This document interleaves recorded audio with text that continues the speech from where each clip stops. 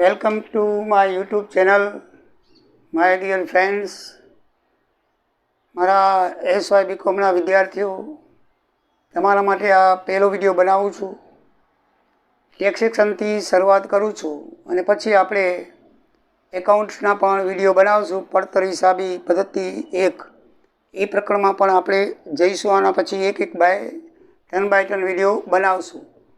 તો મિત્રો, ટેક્સેશન તમારા માટે નવો વિષય છે. ખરેખર તો આ ટીવાયમાં અમલ કરવો જોઈએ, કારણ કે આ ટેક્સેશન છે ને એ સાચું છે. મીન્સ કે તમારી જીવનની અંદર કામ આવે એવો વિષય છે. આ ટેક્સેશનની અંદર જે આવકવેરાઓની, બીજા અન્ય વેરાઓની જે ગણતરી કરવામાં આવે છે ને, એ જ પ્રમાણે અત્યારે ઉદ્યોગોમાં અથવા ઇન્કમ ટેક્સમાં આપણે વ્યક્તિગત રીતે પણ ટેક્સની ગણતરી કરવામાં આવે છે. એટલે આ રિયલ ટેક્સ બુક છે, તમારો રિયલ સબ્જેક્ટ છે આ. એટલે તમને જો ટીવાયની અંદર હોય ને તો શું થાય કે તમે તરત જ નોકરી મળે તો તમને એ કામ આવે, તમારા મગજની અંદર તાજું હોય. એનું એક કારણ છે કે આમાં વર્ષે વર્ષે કાયદા બદલે છે, વર્ષે વર્ષે દર બદલે છે. આજે તમે દાખલો ગણ્યો હોય આ વર્ષે, પછી વળી બજેટ આવશે, દર બજેટમાં આ આવકવેરાનો જે કાયદો છે એ પસાર થાય છે. એટલે તેને આવકવેરા કાયદો, આપણે બજેટ કાયદો પણ કહે છે. એટલે ઇન્કમ ટેક્સના દરના સ્લેબ છે ને બદલે છે. આ વર્ષે આ હમણાં નવા દર તો હું તમને એમાં બોર્ડ ઉપર લખીને આપું છું. એટલે અત્યારના દાખલામાં તો તમને એ જ કામ આવશે, પણ આવતા બજેટમાં, એટલે એ તો હવે તમારે નહીં આવે, કારણ આવતા બજેટમાં વળી પાછા એ બદલશે. અત્યારે હું તમને આના પછી એક કોષ્ટક આપું છું આવકવેરાનું, જે નવું અત્યારે 24-25ની સાલનું છે. એ પ્રમાણે તમારે દાખલા ગણવાના થશે. તો આમાં જૂના દાખલા કામ નહીં આવે. જૂના દાખલાના તમે, કારણ કે એ ત્યારે સ્લેબ અલગ હતો ને અત્યારે સ્લેબ અલગ હતો, અને અત્યારે સ્લેબ અલગ છે. એટલે તમારે છે ને આ સ્લેબ પ્રમાણે દાખલા ગણવા પડશે. એટલે યાદ રાખજો. એટલે સાહેબ પણ એ પ્રમાણે જ ગણાવશે. એટલે જૂના દાખલાઓની રકમ કામ આવે, પણ જવાબી કામ નહીં આવે. બરાબર છે. એટલે આપણે નવેસરથી હું જે શીખવાડું છું એ ટેક્સ બુક 2024-25ની જ છે. બરાબર ને? એનામાંથી જ શીખવાડું છું. ટેક્સ બુક જોવી હોય તો તમને બતાવું છું. એ જ છે આ કરવેરા 1. આની અંદર આ તમારા માટે જ બહાર પડી છે. તો આની અંદરથી હું શીખવાડું છું ને તમારે જે કોર્સ છે એ પ્રમાણે હું તમને ચલાવીશ. તો આ રીતે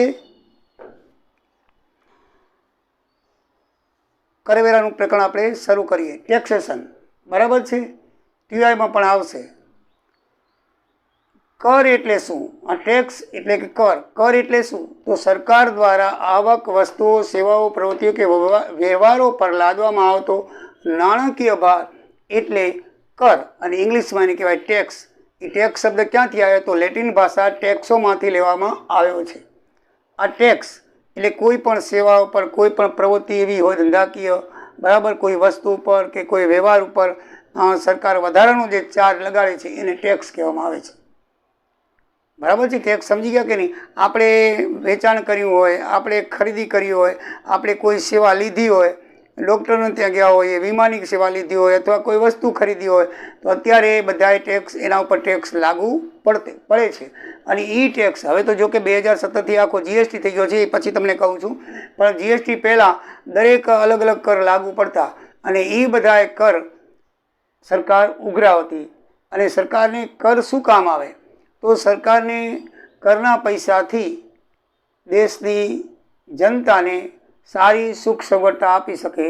રેલવે બાંધકામથી રેલવેની સારી સેવા આપી શકે, પછી ગરીબોને મકાનો આપી શકે, પછી એવી ઘણી બધી યોજનાઓ છે કે રોડ, મકાન સિવાય રોડ બનાવી સારા. જો અત્યારે કેટલા મસ્ત મજાના રોડ બન્યા છે. એટલે કે જાહેર પબ્લિક માટે પૈસા વાપરે છે. નકે તો સરકારની આવક બીજી વધારે આ આવક છે. તમે જુઓ, જીએસટી લાગુ પડ્યા પછી છેલ્લી લીટી વાંચો, 2023-24માં જીએસટીની સરકારની આવક 18.40 લાખ કરોડની થઈ છે. 18.40 લાખ કરોડની આવક થઈ છે. જબરદસ્ત આવક થઈ છે જીએસટીની. તો એ જીએસટીના જે પૈસા છે એ આમ પબ્લિકની સેવા માટે સરકાર વાપરે છે. બરાબર છે? કેટલા વાપરે છે એ તો આપણે જાણીએ છીએ, પણ અત્યારની સરકાર મુજબ તે બરાબર પૈસા વપરાય છે એવું જાણવામાં આવે છે. બરાબર છે? તો એ જે એટલા માટે ટેક્સ સરકાર ઉઘરાવે છે. પહેલાંના જમાનામાં પણ ટેક્સ તો ઉઘરાવવામાં આવતો. મનુસ્મૃતિમાં અને કૌટિલ્યના શાસ્ત્રોની અંદર પણ ઉલ્લેખ કરેલો છે કે રાજાઓ ટેક્સ નાખતા ખેડૂતો ઉપર. અનાજ પાકે તો એનાજના અમુક ટકા ભાગ એ ત્યારે રાજાને આપણે ભરવો પડતો, બરાબર છે. એ પણ એક જાતનો ટેક્સ હતો. તો અંગ્રેજો પણ આપણા ખેડૂતો પાસેથી ઉઘરાવતા, અને એટલે તો ખેડૂતો બિચારા એકદમ નિરાશ થઈ ગયેલા હતા અને આંદોલન કરવું પડ્યું. બહુ જોરદાર અધોધ ભાગ લઈ લેતા. એટલે ટેક્સની ચલણ તો પહેલેથી છે, પહેલેથી છે, ટેક્સની ચલણ પહેલેથી છે. પણ પછી ટેક્સ કેવી રીતે અમલમાં આવ્યો, કેવી રીતે પાછો બીજી વખત અમલમાં આવ્યો, એનું સંશોધન થતું આવ્યું, કેવી રીતે થયું એ આપણે પછી જોઈએ. સૌથી પહેલાં આપણે કર એટલે શું એ જોઈ લીધું. કર એટલે એક નાણાકીય ભાર છે અમુક વ્યવહારો, પ્રવૃત્તિઓ, સેવાઓ કે વસ્તુ ઉપર, બરાબર છે. આપણે કંઈ હોટલમાં જઈએ, જમીએ તો અંદર આવે જીએસટી. હવે જીએસટી આવે છે, ને પહેલાં મનોરંજન કરાવતું, બરાબર છે. જીએસટી આવે, પછી ભોજન ઉપર જાઓ તો, લોજમાં જાઓ તો એ કર લાગુ પડતો. બધા અલગ અલગ કર હતા. એ બધા કરને નરેન્દ્ર મોદીએ બધાએ કાઢી નાખી અને એક જ દેશ એક જ કર 2017 1 જુલાઈથી લાગુ કર્યો. એનું નામ શું પાડ્યું? એને જીએસટી. શું નામ પાડ્યું? GST, goods service tax. શું નામ પાડ્યું? ગુડ્સ સર્વિસ ટેક્સ 2017 નામ પાડ્યું. એને ગુજરાતીમાં શું કહેવાય છે? વસ્તુ સેવા કરો, ટૂંકમાં વસેક કહેવાય. ગુડ્સ એટલે વસ્તુ, સર્વિસ એટલે સેવા, અને ટેક્સ એટલે કર. વસ્તુ સેવા કર વસેક લાગુ કરવામાં આવ્યો હતો, જે 11મા ધોરણમાં આપણે 3જા ચેપ્ટરમાં જોઈ ગયા છીએ, બરાબર, તમને ખ્યાલ જ છે. તો કર બે જાતના છે. કરના પ્રકાર કેટલા? તો પ્રત્યક્ષ કર ને પરોક્ષ કર. પરોક્ષ કર પહેલાં હતો 1/7/2017થી નાબૂદ થયેલ છે, ધ્યાન રાખજો. એના બદલામાં જીએસટી આવેલું છે. તો પહેલાં બે કર હતા, પ્રત્યક્ષ ને પરોક્ષ કર. તો પ્રત્યક્ષ કર કેને કહેવાય? જે આપણે જાતે ભરીએ એ પ્રત્યક્ષ. દાખલા તરીકે ઇન્કમ ટેક્સ છે, આવકવેરો આપણે જાતે ભરીએ. એનું ઇન્કમ ટેક્સ રિટર્ન આપણે દર વર્ષે આપણી આવક પ્રમાણે ભરવું પડે છે. વેપારીઓ પણ ભરે છે, તો એ આપણે જાતે ભરીએ છીએ. એવી રીતે સેલ ટેક્સ, કોર્પોરેશન ટેક્સ, એ બધા ટેક્સ એવા છે કે જે આપણે જાતે ભરવા પડે. આપણે પોતે ઓફિસમાં ફોર્મ ભરીને ભરવા પડે, એટલે આપણે પ્રત્યક્ષ ભરી છીએ. એટલે રૂબરૂ જઈને ઓફિસમાં ભરી છીએ, એટલે એ પ્રત્યક્ષ કર કહેવાય. જ્યારે પરોક્ષ કર, પરોક્ષ કર એટલે કે ચૂકવાનું તો આપણે જ હોય, પણ આપણે ન ચૂકવી, આપણા દ્વારા જે ઉઘરાવે છે એ ચૂકે. દાખલા તરીકે અત્યારે તમે મોલમાં જાઓ તો મોલનું બિલ આવશે, એમાં જુઓ જીએસટી લખેલ હશે. ક્યાંય મોટા હોટલમાં જમવા જાઓ એનું બિલ લ્યો તો એમાં જીએસટી લખેલું હશે. ડૉક્ટરની સેવાનું બિલ લ્યો તો એમાં જીએસટી લખેલું હશે. કોઈ પણ દુકાનમાં જાઓ મોટી, એમાં તમે વસ્તુ લો નીચે જીએસટી લખેલું હશે. તો એ લોકો ઉઘરાવે જીએસટી આપણી પાસેથી, બિલમાં એડ કરી નાખે. પણ ભરે એ આપણે એને ભરવાનું આપે છે, પણ આપણે ચૂકવતા નથી. આપણે કોને ચૂકવીએ છીએ? જેના દ્વારા સેવા લીધી એ વ્યક્તિને ચૂકવીએ છીએ. અને એ વ્યક્તિ કોને ચૂકવે? દર વર્ષે જેટલો કર ઉઘરાવે એ ગવર્મેન્ટને ચૂકવે. એટલે એ પરોક્ષ કહેવાય. આપણે ચૂકવીએ છીએ, પણ આપણા દ્વારા નથી ચૂકવતો, આપણા દ્વારા બીજા કોઈક ચૂકવે છે, એટલે એ પરોક્ષ કહેવાય, બરાબર છે. આપણે જાતે ચૂકવીએ તે પ્રત્યક્ષ, અને બીજા દ્વારા ચૂકવીએ તે પરોક્ષ. તો એવા કર કયા કયા હતા? તો પરોક્ષ કર પહેલાં કયા હતા 2017 પહેલાં? તો આ તો મનોરંજન કર, ખરીદ વેચાણ કર, લોટરી, જાહેરાત, પ્રવેશ કર, કેન્દ્રીય વેચાણ વેરો, એ બધા કર છે ને પહેલાં અલગ અલગ કર બધા એના દરે અલગ અલગ, ઓફિસો અલગ અલગ, બધું. અને ફોર્મ પણ અલગ અલગ. માણસ બિચારો કંટાળી જતો, અધિકારી કંટાળી જતા. નરેન્દ્ર મોદી એક જ ઝાટકે બધા કર રદ કરીને એક જ જીએસટી કરી નાખ્યો. એટલે કેટલી બધી સુલે થઈ ગઈ. આપણે ક્યાંય ભરવાનું નહીં, આપણે જે વસ્તુ લઈએ એમાં એ પોતે કપાઈ જાય. ન ફોર્મ ભરવાનું, ન કાંઈ નહીં. અધિકારીને કોઈ ચિંતા નહીં, એક જ જાતનો કર, એના દર યાદ રાખવાના, એક જ ઓફિસને એક જ ટેબલમાંથી ભરી નાખવાનો. એટલે આ જે છે એ કર માળખું 2017થી બદલવામાં આવ્યું. હવે મિત્રો તમે બે જાતના કર છે તો ખબર પડી ગઈ. ભારતની અંદર પ્રત્યક્ષ કર અને પરોક્ષ કર, બરાબર છે. પ્રત્યક્ષ કર છે, હજી પરોક્ષને બદલે જીએસટી લાગુ પડ્યો, બરાબર છે. હવે અત્યારે ભારતની અંદર કયો ધારો લાગુ છે કર અંગે, ટેક્સ અંગે કયો ધારો લાગુ છે આવકવેરાનો? તો અત્યારે મિત્રો હાલમાં સમગ્ર ભારતમાં આવકવેરા ધારો 1961 ઇન્કમ ટેક્સ એક્ટ 1961 અમલમાં છે. 1961નો ધારો અમલમાં છે આખા ભારતની અંદર. એમાં જમ્મુ કાશ્મીર બધું પર આવી ગયું, ઓલ ટુ ઓલ સમગ્ર, બરાબર, ઓલ ભારતની અંદર આ કાયદો લાગુ 1961નો. પહેલાં અંગ્રેજોના વખતમાં આ કાયદાની શરૂઆત થઈ છે. આમ તો જ્યારે આપણે 1857નો બળવો થયો ત્યારે ભારતની સ્વતંત્રતાની ચળવળ થઈ, ત્યારે અંગ્રેજ સરકાર છે નાણાકીય દ્રષ્ટિએ બહુ ભયંકર મુશ્કેલીમાં મુકાઈ. એટલે ત્યારના વખતના જે જેમ્સ વિલિયમ્સ હતા એમના પ્રમુખ, તો એના દ્વારા ફેબ્રુઆરી 1860ની અંદર આવકવેરા ધારો લાગુ કરવામાં આવ્યો. સૌથી પહેલો ભારતની અંદર 1860માં અંગ્રેજ વિલિયમ્સ જેમ્સ દ્વારા, બરાબર છે, એ કાયદો લાગુ કરવામાં આવ્યો. તો પછી એમાંથી સુધારો થયો, બરાબર છે. આપણો દેશ સ્વતંત્ર થયો 1947માં, પછી હજી તો અંગ્રેજોના કાયદા ઘણા ચાલે છે. એની અંદર 1961ની અંદર આપણે એક નવો કાયદો કર્યો, એ આવકવેરા ધારા 1961 કહેવાય છે, અને અત્યારે ભારતમાં એનો અમલ છે. આ ઉપરાંત ઇન્કમટેક્સ રૂલ 1962 પણ એક નવો આકારણી કરવા માટે એક રૂલ્સ ઘડવામાં આવ્યો. બરાબર છે. 1962માં જણાવેલ નિયમોમાં પણ આકારણી માટે એક ઘડવામાં આવ્યો. તો કયો રૂલ્સ? Income tax rules 1962. એનું નવું રૂપ અત્યારે આ વર્ષમાં ફાઇનાન્સ એક્ટ 2024 ગણી શકાય. અત્યારે નરેન્દ્ર મોદીએ એની અંદર ઘણા બધા સુધારા કર્યા છે, અને એને ફાઇનાન્શિયલ એક્ટ 2024 કહેવામાં આવે છે, જેમાં 23 પ્રકરણોમાં 298 જેટલી કલમો ઉમેરવામાં આવી છે, અને 14 પરિશિષ્ટો પણ સામેલ કર્યા છે. એમાં 6, 9, 10 પરિશિષ્ટો રદ કરેલ છે. કયા પરિશિષ્ટો, કઈ કલમો, એ કંઈ આપણે સમજવાનું નથી, પણ તમારે જ્યારે તમને 1961ના કાયદા વિશે ટૂંકનો લખવામાં આવે ત્યારે તમારે આ બધું લખવું પડે, અને ફરજિયાત પૂછાશે જ. બરાબર છે ને? તમે જાણી લેજો કે દર વખતે પૂછાય છે. તો એ જ્યારે ટૂંકનો પૂછાય ત્યારે તમારે આ બધું લખવું પડે કે ભાઈ આ કાયદો ક્યારથી અમલમાં આવ્યો, પહેલાં શું હતું, પાછી શું હતું, ને એમાં કેટલી અત્યારે હાલમાં કયા સુધારા થયા. તમારે છે ને આ વિશે છે ને લેટેસ્ટ માહિતી હોવું જોઈએ. જૂના પુસ્તકો એકે નહીં ચાલે, જૂની માહિતી એકે નહીં ચાલે, ધ્યાન રાખજો. પરીક્ષાની અંદર તમારે આમાં લેટેસ્ટ માહિતી જ લખવાની રહેશે. તમે ક્યાંથી જૂની માહિતી કોઈ જૂના વિડીયોમાંથી લેશો તો એ મિત્રો બદલી ગઈ હશે. જોનાને એમ લાગે છે આ માણસે પાછળનામાંથી જોઈને કોપી કરી છે, તો એવું નહીં ચાલે. હમણાં જે લેટેસ્ટ વિડીયો એ જ જોજો. બરાબર છે? લેટેસ્ટ વિડીયોના લેટેસ્ટ ફિગર તમારે કામ આવશે. દાખલામાં પણ લેટેસ્ટ ફિગર જ લખવાના છે, જૂના ફિગર લખવાના નથી. એ આ ટેક્સેશન વિષય જેવો છે. ટીવાયમાં જો પાછો બદલી જશે, નવા ટેક્સ મુજબ આવશે, કારણ કે દર વર્ષે એના દર બદલે. એટલે દર વર્ષે ટેક્સ તમારે ટેક્સેશન વિશે નવો થશે, એમાં જૂનું કામ આવશે જ નહીં. એટલે મિત્રો બરાબર આ અંગે વિડીયો જોતા રહેજો. નવો પુસ્તક તમને આવે તો એ વાંચતા રહેજો. ક્યાંયથી તમને પરિસ્થિત લાઇબ્રેરીમાંથી મળે તો વાંચતા રહેજો.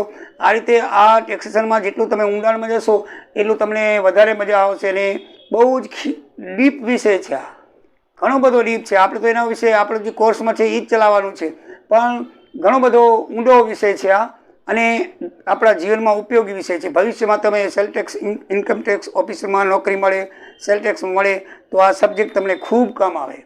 તમારી કેરિયર જો હાઈ લેવલ ઉપર લઈ જવી હોય અથવા બહુ તમારે જાણકારી મેળવી હોય તો આ વિષય ઉપર બરાબર ધ્યાન આપજો. બરાબર છે? તો આ આવકવેરા ધારાના નિયમોને ઘડે કોણ? બરાબર છે? આવકવેરા ધારાના નિયમો સેન્ટ્રલ બનાવે કોણ? બરાબર છે? કોણ બનાવે? Central board of direct taxes, એને CBDT કહેવામાં આવે છે. એને સત્તા આપવામાં આવી છે કે ભાઈ તમારે એમાં સુધારો વધારો કાંઈ કરવો હોય તો પછી સંસદમાં પસાર થાય. બરાબર છે? સંસદમાં પસાર થયા પછી રાજ્યસભામાં જાય, રાજ્યસભામાં પસાર થયા પછી રાષ્ટ્રપતિને સાઇન માટે જાય, રાષ્ટ્રપતિ સહી કરે એટલે એ કાયદો અમલમાં આવે. એ તમને ખબર છે. બરાબર છે? તો આ કાયદો આવકવેરાનું માળખું અને વ્યવસ્થા તંત્ર પૂરું પાડે છે.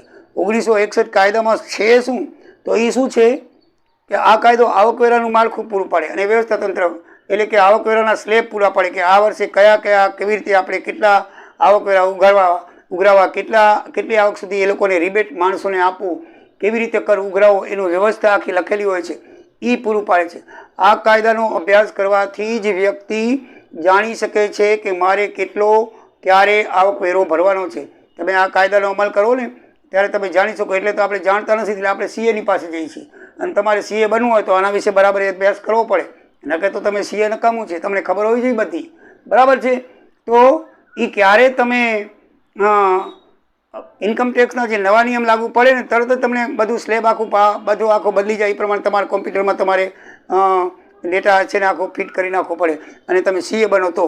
કારણ કે એ લોકો તમને પૂછવા આવશે. આમ પબ્લિકને વેપારી તો ખાલી ધંધો કરી જાણે, બાકી લાંબી અકલ હોય નહીં, ધંધાકીય અકલ ખૂબ હોય, બાકી બીજી અકલ ન હોય. એટલે તો એ તમારી પાસે આવે, તમે CA બનો, તમને રૂપિયા ચૂકવે. એને જો બધી ખબર પડતી હતો તો પછી જોઈશું તો તમારો ધંધો ચાલે નહીં. બરાબર છે? એટલે તમને પાછી ખબર હોવી જોઈએ. એના કને કરોડ રૂપિયા છે, તમારી કને કાંઈ નથી, પણ સલાહ લેવા તમારી આવશે. બરાબર છે? તો એ સલાહ લેવા આવે ત્યારે તમને આ જ્ઞાન હોવું જોઈએ. બરાબર? કે કેવી રીતે સ્લેબ છે ને કઈ રીતે એને ટેક્સ રિબેટ આપવો. તો એ શું કહે છે કે કાયદો આવકવેરાનું માળખું પૂરું પાડે છે, વ્યવસ્થા તંત્ર પૂરું પાડે છે. આ કાયદાનો અભ્યાસ કરવાથી વ્યક્તિ જાણી શકે છે કે મારે ક્યારે ને કેટલો આવકવેરો ભરવાનો છે. આ ઉપરાંત દરેક પ્રકારની આવકની તેની ગણતરી, તેમાં મળતી કપાતો આવકવેરાવાળા અધિકારીઓ વગેરે આ કાયદાથી જાણી છે. અધિકારીઓ અથવા બીજા CA બન્યા હોય કે ભાઈ આમાંથી કઈ કઈ કપાત થાય છે. દરેક તો આગળ આપણે ભણશું એટલે ખબર પડશે કે એમાં આપણે આવકમાંથી કપાત થાય પછી સરકારી નોકર તો એમાંથી પણ ઇન્કમ ટેક્સ કપાત થાય, ડાયરેક્ટ પગારમાંથી સીધો, એટલે કઈ કઈ કપાતો થાય છે અને એમાં કઈ કયા રિબેટ મળે છે એ પણ જોવાનું છે કે આમાં કયો ફાયદો થાય છે. એ બધું તમે આનો અભ્યાસ કરો તો એને અધિકારીઓને આપણને જાણી શકાય છે. દર વર્ષે સંસદમાં બજેટ વખતે આ ધારો પસાર કરવામાં આવે છે, જેથી તેને બજેટ ધારો પણ કહે છે. સીબીડીટી દ્વારા ઘડવામાં આવેલ 1962 આવકવેરામાં હાલ 125 નિયમ અમલમાં છે.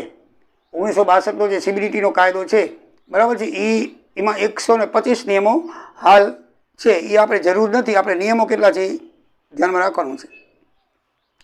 હાલના વર્ષમાં એટલે કે 23-24માં જીએસટી દ્વારા 18.40 લાખ કરોડની સરકારને આવક થઈ છે ઇન્કમ ટેક્સ દ્વારા. એટલે જ્યારે આ લખવામાં આવે ને ત્યારે તમને બધું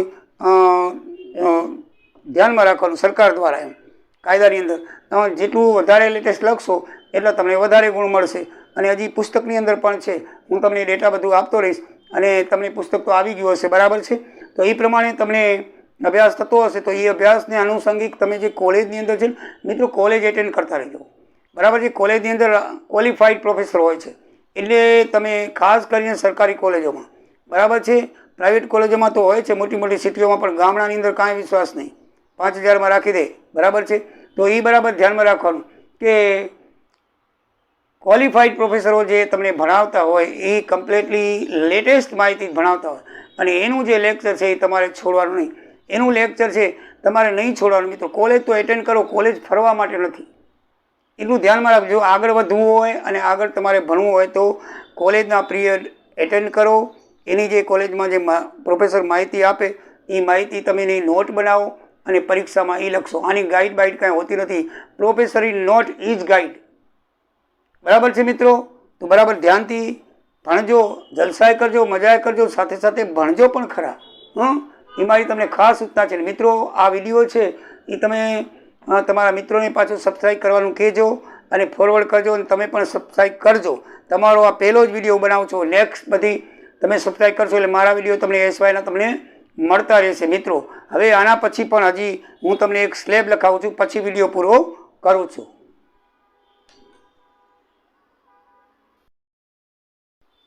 મિત્રો તો આપણે આગામી વર્ષ 24-25 માટેના આવકવેરાનો સ્લેબ જોઈએ. એટલે આ જે બજેટ સત્ર 2023-24 મુજબ છે, પણ આ વખતે 5 વર્ષ પૂરા થતા હોય, આપણી લોકસભાની ચૂંટણી હતી એટલે હમણાં જ ગયા જુલાઈની અંદર બજેટ બહાર પડ્યું, જુલાઈના એન્ડમાં. ત્યારે પછી આ કોઠો બદલી ગયો છે, પાછો નવો આવ્યો છે. એ પણ તમને હું આપું છું. આ ગયા વર્ષના બજેટનો છે અને આ વખતે બજેટ આમ તો દર વર્ષની ફેબ્રુઆરીમાં બજેટ સત્ર રજૂ થાય, પણ આ વખતે ચૂંટણી હોવાને કારણે બજેટ ટૂંકા ગાળાનું રજૂ કરીને અત્યારે લાંબા ગાળાનું બજેટ છે ને આપણા નાણામંત્રી સીતારામન એ રજૂ કર્યું, બરાબર છે. તો એમણે નવા સ્લેબ આપ્યા છે. એ નવા સ્લેબ પણ હું તમને અત્યારે આપું છું. તો તમને એમ થાય કે સાહેબ દાખલો આ પ્રમાણે કરવો કે અત્યારે ના કરવો, તો મિત્રો સરકારે છૂટ આપી છે. તમારે આ પ્રમાણે ટેક્સ ભરવો હોય તો છૂટ અને નવા પ્રમાણે ભરવો તો છૂટ. એટલે બંને આ અમલમાં છે. આ એક કેન્સલ થયેલ નથી, કારણ કે ચૂંટણી મોડી થવાને કારણે બજેટ મોડું રજૂ થવાને કારણે બંને ચાલુ રાખ્યા છે. તમને યોગ લાગે, જેમાં ફાયદો થતો હોય એ પ્રમાણે તમારે ભરવાનું. તો મિત્રો આ પણ ચાલુ છે એટલે આપણે દાખલા આ પ્રમાણે પણ ચોપડીમાં ગણેલા છે, તો પરીક્ષામાં પણ તમે આ પ્રમાણે ગણશો તો ચાલશે. અને કદાચ પરીક્ષામાં તમને નવો સ્લેબ આપી દે, બરાબર છે, તો એ પ્રમાણે ગણે તો પણ ચાલશે. ગણતરી એક જ કરવાની છે, ખાલી સ્લેબ બદલશે, બરાબર છે. પણ આ જ રહેશે તમારે દાખલાઓમાં, કારણ કે નવો સ્લેબ તો હમણાં જ આવ્યો છે, હજી મહિનો પૂરો નથી થયો, ગયા અઠવાડિયે. એટલે લાસ્ટ જુલાઈમાં બજેટ રજૂ થઈ, તમે જાણો છો, બરાબર છે. એટલે હજી એને પસાર થતા અને મોકલતા ઘણી વાર લાગે, મીન્સ કે અમલમાં આવી ગયો છે પણ એમને અભ્યાસક્રમમાં આવતા તો બહુ વાર લાગે. ચોપડી તમારી છપાઈ ગઈ, હવે નવી ચોપડી આવતી સાલે આવે તમારી બદલી ગયું, એટલે આ તો બદલતું રહેશે. પણ એટલી છૂટ આપી છે કે નવો જૂનો બંને ચાલુ રહેશે, એટલે તમારે કોઈ ચિંતા કરવાની જરૂર નથી. તો આ સ્લેબ આ પ્રમાણે છે કે જે 60 સિનિયર સિટીઝન હોય, બરાબર છે, એટલે કે 60 વર્ષની જેની ઉંમર ઓછી હોય, બરાબર, સિનિયર સિટીઝન નહીં પણ નોર્મલ 60 વર્ષથી ઓછી હોય, સિનિયર સિટીઝન ન કહેવાય. એટલે 60 વર્ષથી જેની ઉંમર નાની છે એવા માટે આવકવેરાનો સ્લેબ શું છે કે 2.5 લાખ સુધી કમાય ત્યાં સુધી કાંઈ વેરો ભરવાનો નહીં. પછી 2.5 લાખથી 5 લાખ સુધી કમાય એટલે આવકના 5% ભરવાના, એટલે આના 5% ભરવાના. પછી 5 લાખથી 5 લાખ 1 થી 10 લાખ સુધી તો 20% ભરી દેવાના. અને 10 લાખ 1 થી તમે વધારે કમાઓ તો તમારી આવકના 30% ગવર્મેન્ટને ભરવા પડે. આ છે 59 સુધીના માણસોનું. હવે જે વરિષ્ઠ નાગરિક એટલે કે સિનિયર સિટીઝન માટે, તો સિનિયર સિટીઝન એટલે કેને કહેવાય? 60 થી 80 થી ઓછું, બરાબર, 61 થી 79 વર્ષના સિનિયર સિટીઝન કહેવાય. તો એને 3 લાખ સુધી કાંઈ ટેક્સ ભરવાનો નથી. 3 લાખ સુધી કમાય ફ્રી. પછી 3 લાખથી 5 લાખ સુધીમાં 5%, અને 5 લાખ 1 થી 10 લાખ સુધીમાં 20%, અને 10 લાખ 1 થી વધારે તો 30%. આ તો બધું આ પ્રમાણે છે. આમાં એને 50,000 વધારે, બાકી તો બે સેમ છે. પછી સુપર સિનિયર સિટીઝન કહેવાય, વિશિષ્ટ વરિષ્ઠ નાગરિક એટલે સુપર સિનિયર સિટીઝન. 80 થી ઉંમર વટાવી ગઈ હોય, 80 કે તેથી 80 વર્ષ કે એનાથી ઉપરની ઉંમરનો હોય, એને સુપર સિનિયર સિટીઝન કહેવાય. ગુજરાતીમાં વિશિષ્ટ વરિષ્ઠ નાગરિક કહેવાય. તો એનો સ્લેબ છે ને 5 લાખ સુધી એને કાંઈ ભરવાનું નથી. પછી 5 1 થી તો 10 સુધી એનો સ્લેબ છે ના, એને 5% છે, એટલે આને 20% છે, એને 5%. અને 10 1 થી એનો સ્ટેપ છે 30%. એટલે છેલ્લા સ્ટેપમાં ત્રણેય સરખા છે. એટલે 80 વર્ષ માટે અહીંયા 15%નો ફાયદો છે. 5 લાખ સુધી ફ્રી છે, કારણ કે બહુ વરિષ્ઠ નાગરિક છે, વિશિષ્ટ નાગરિક છે એટલા માટે. તો મિત્રો, જ્યારે દાખલા ગણશું ત્યારે આ પ્રમાણે ગણશું. કેવી રીતે દાખલા ગણાય એ તમને શીખવાડીશ. તો હવે આપણે એક હજી નવું હાલે જે બહાર પડ્યું જુલાઈની અંદર, એનો નવો સ્લેબ જોઈ લઈએ, પછી આપણે વિડીયો પૂરો કરીએ.